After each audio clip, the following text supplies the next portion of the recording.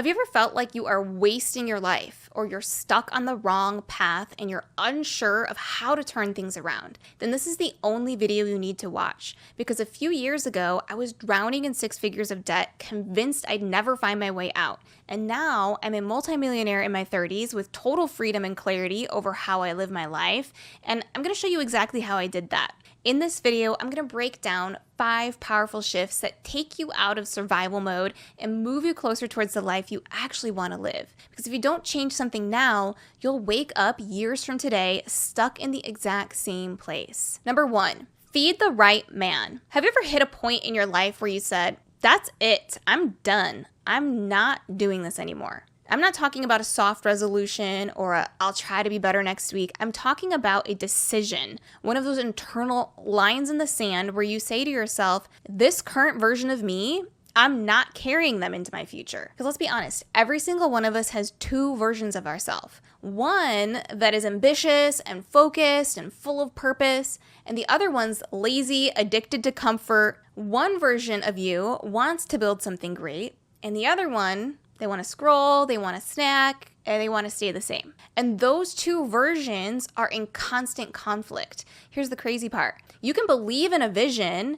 and still lose the entire battle. Not because you're not capable or because you aren't smart enough to do it, but because you keep tolerating the behaviors that sabotage your future. In fact, there's an old story about a grandfather who tells his grandson, inside every person, there are 2 wolves. One is fear, anger, ego, and the other is discipline, love, and purpose. And they're always fighting. So the boy asks the grandfather, well, which one wins? And the grandfather says, the one you feed. But here's what most people forget. The first step of feeding the right wolf is deciding to stop feeding the wrong one. And so for me, that turning point was with sugar. I remember a time in my life when I was focusing on building momentum in my health, in my business, in my mindset. And I knew that in order to do that, I needed clarity, energy, and focus. But every afternoon, just like clockwork, I'd hit that crash. I'd hit a wall and I'd get foggy brain, low energy, reaching for something sweet just to power through the rest of the day.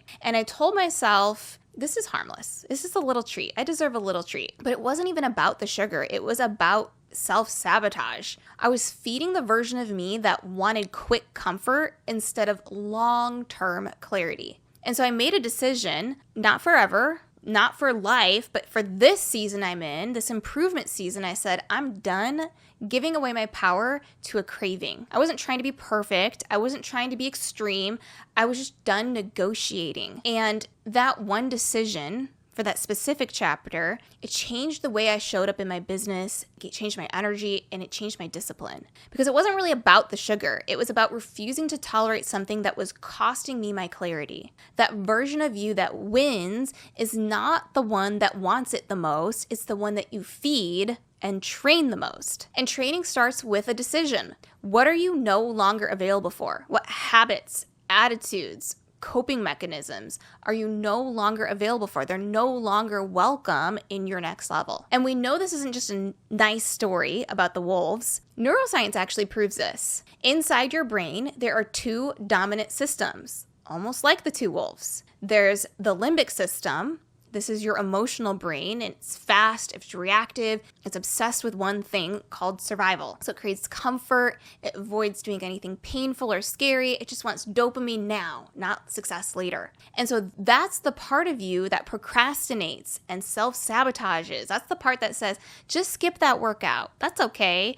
Just scroll for 5 more minutes, take a little bit more time. Or just quit. And then there's the prefrontal cortex. This is your executive brain. It's slower, it's more intentional, and it's the part of you that sees the bigger picture. So it's able to plan, reflect, and it makes value-based decisions. That's the part of you that says, you've got more in you.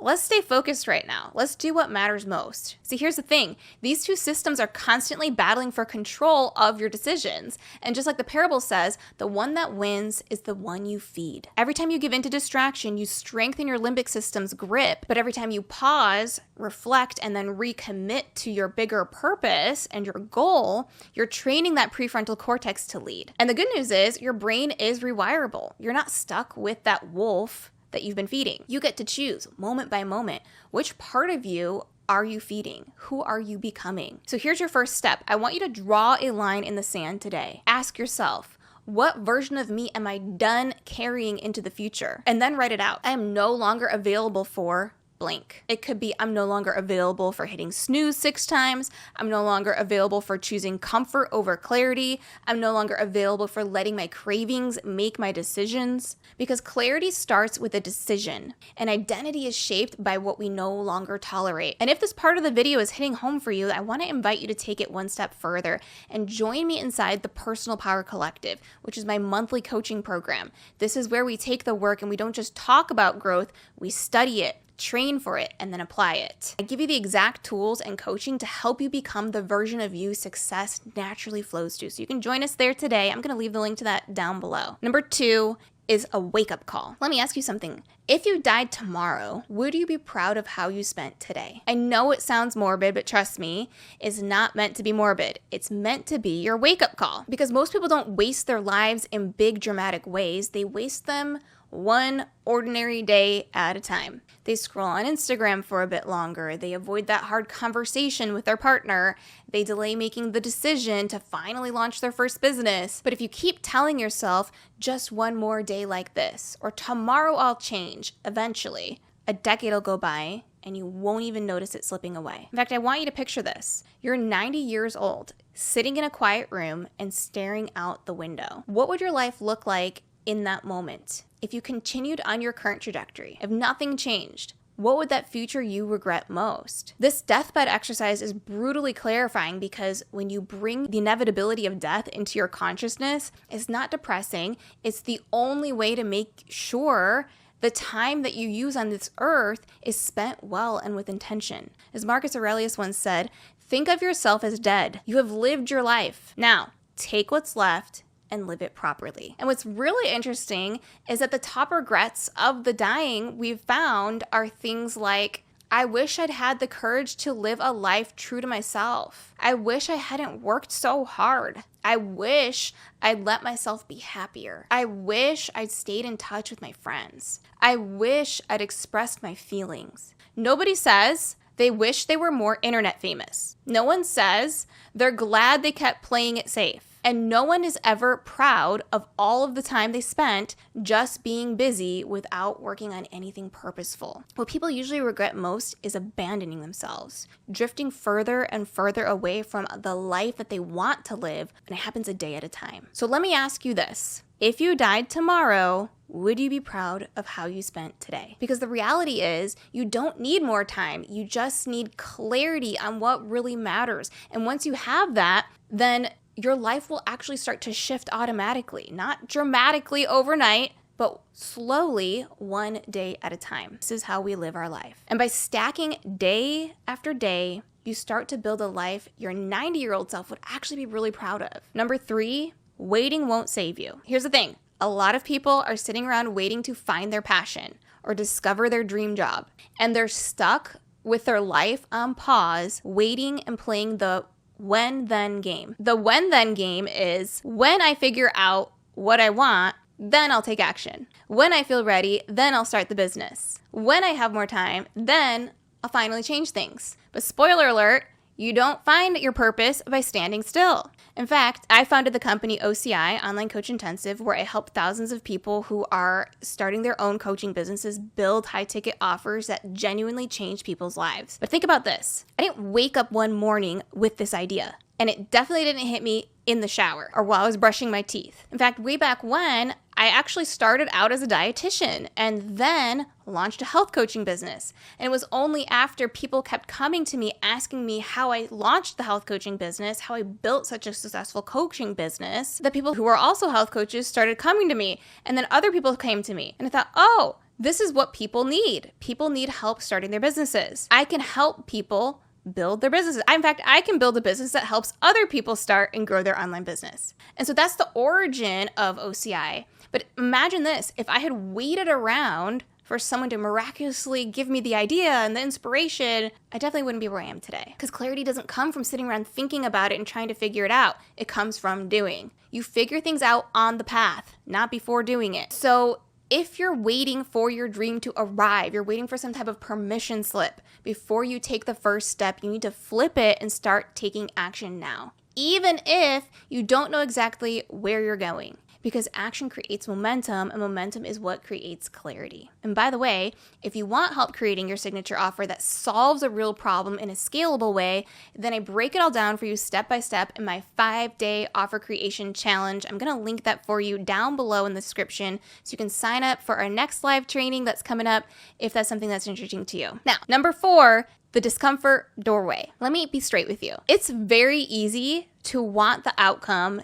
and to crave the dream, but it's a lot harder to want the discomfort that's gonna come along with it. Think about this. You want the toned body, but not those painful morning workouts. You want that 7-figure business, but not the failure that comes along with it and all of the boring, not fun tasks. You want the success, but not all the sacrifice. But the truth is, discomfort is your doorway. And this is what separates the winners from the losers. A lot of people don't know this about me, but when I was a kid, I fell in love with the violin. Something about the sound, it just felt alive, and I begged my parents to let me learn it. I had no idea how uncomfortable that decision would actually be, but the violin is not an easy instrument to play. For any of you who've ever learned the violin, my fingers hurt, my arm would get tired, my chin and my neck would get tired. I couldn't read the music in the beginning. I mean, for a long time, it didn't even sound like music. It sounded like a dying animal. What really challenged me wasn't even the physical discomfort of learning the instrument. It was the mental game. I would get in my head and I'd compare myself to all of the other students. And then I absolutely hated this idea of getting up and performing every time there was a recital. Every time my teacher would mention a recital, I get sick to my stomach. Stage anxiety would take me over, and my heart would race, and my hands would shake, and my knees would shake, and my bow was shaking. Like, I wanted to just run away and hide. But here's what I didn't understand back then. This is why the music instructors make you do the recital. It's not just about showing off everything that you've learned. It's about strengthening that part of you that's willing to show up scared. They know that learning the notes isn't enough. You have to learn how to carry your skill into the uncomfortable environments. That's what makes you a real musician. And looking back, those recitals were where I grew the most, not because I played perfectly, but because I stood up and played anyway. So discomfort is your doorway. We've all been sold this narrative that stress is dangerous, and so we try to avoid stressful and scary things. We've heard it wrecks your sleep, it ruins your health, it increases your risk of heart problems and loneliness and depression. And we're told that stress hormone, cortisol, has to be avoided at all costs. And yes, let's think about the long-term stress. Long-term stress is not good for us, but there's actually an interesting twist here because a study from thousands of people found that those who experienced high levels of stress and thought that stress was bad for them were more likely to die. They actually had a 43% increased risk of early death. This isn't found in the case of people who didn't think that stress was harmful for them. Isn't that wild? And so the real danger isn't stress itself, it's how you think about it. If you believe stress is bad, then yes, it's more likely to harm you. But when you view stress in short bursts as helpful, you literally change how your brain and your body react to it. So your brain is getting more oxygen when your stress hormones are going off. Your heart is pumping more efficiently, feeling more energized as a result of the cortisol that's surging in your blood. These are actually really great ways your body prepares you to tackle hard things from the stress hormone cortisol. When you do hard things, you grow. And it's just like building a muscle in the gym. When you lift heavy things and you stress out your body, your muscles get stronger. And the same thing happens mentally. When you believe that stress is a signal for growth, your brain actually rewires itself to become more resilient. So you need to change the way that you think about stress. And if you want something badly enough, the discomfort will turn from friction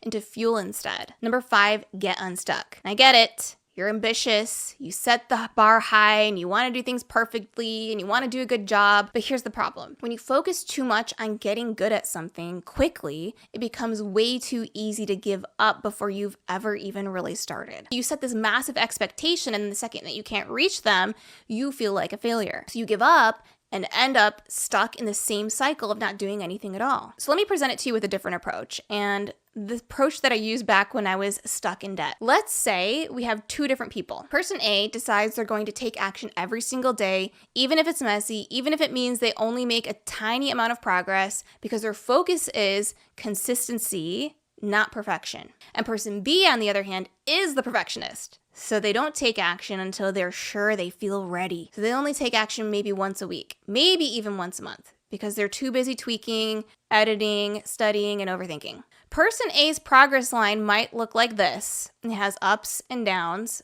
but it keeps rising over time. Person B's is flat, then it spikes, then flat again. And after a few months, person A is miles ahead, not because they're smarter, not because they have more time, but because they took action. Imperfect action, moving forward action. I think sometimes my clients look at me and they think I was just always good at marketing. But here's the reality. My very first webinar I ever hosted was a total disaster. I mean, it was a total mess. I was nervous. I spent weeks trying to make it perfect. I was rewriting the slides, tweaking the script, obsessing over everything I had on that webinar, what I was gonna wear. And then the day finally came for the webinar. I had a bunch of tech glitches. My voice cracked. I forgot half of what I was planning to say. The slides weren't even in the right order. The worst part was nobody even showed up. And so I delivered the whole masterclass to a room of nobody. It can't get much worse than this. And so even though it was a disaster, and even though it was messy, and even though it wasn't anywhere close to perfect, I showed up. I still did it. I stopped waiting to feel ready. I stopped trying to launch at a level 10 when I had never even practiced at a level 1. And that moment changed everything for me. It taught me that action builds confidence, not endless preparation, not overthinking, not perfection, just action. And so my advice to you is this. I want you to set the bar where success is inevitable. Forget perfect, but aim for good. Aim for done even. Because B- work that's finished will always outperform A+ work that never sees the light of day. And perfectionism, I hate to break it to you, is not a badge of honor. It's just fear in disguise. The fear of being judged, the fear of getting it wrong, the fear that you're not good enough, and that fear keeps you stuck. I used to do this all the time. I'd spend weeks obsessing over one email, one post, one sales page, and then I told myself I was trying to take it seriously. I'm trying to be professional. But what was it in reality? I was just procrastinating. And I became unstuck when I realized that done is better than perfect, and perfect is the enemy of profitable. So just keep showing up and taking messy action, because every time you complete a task, you get a hit of dopamine.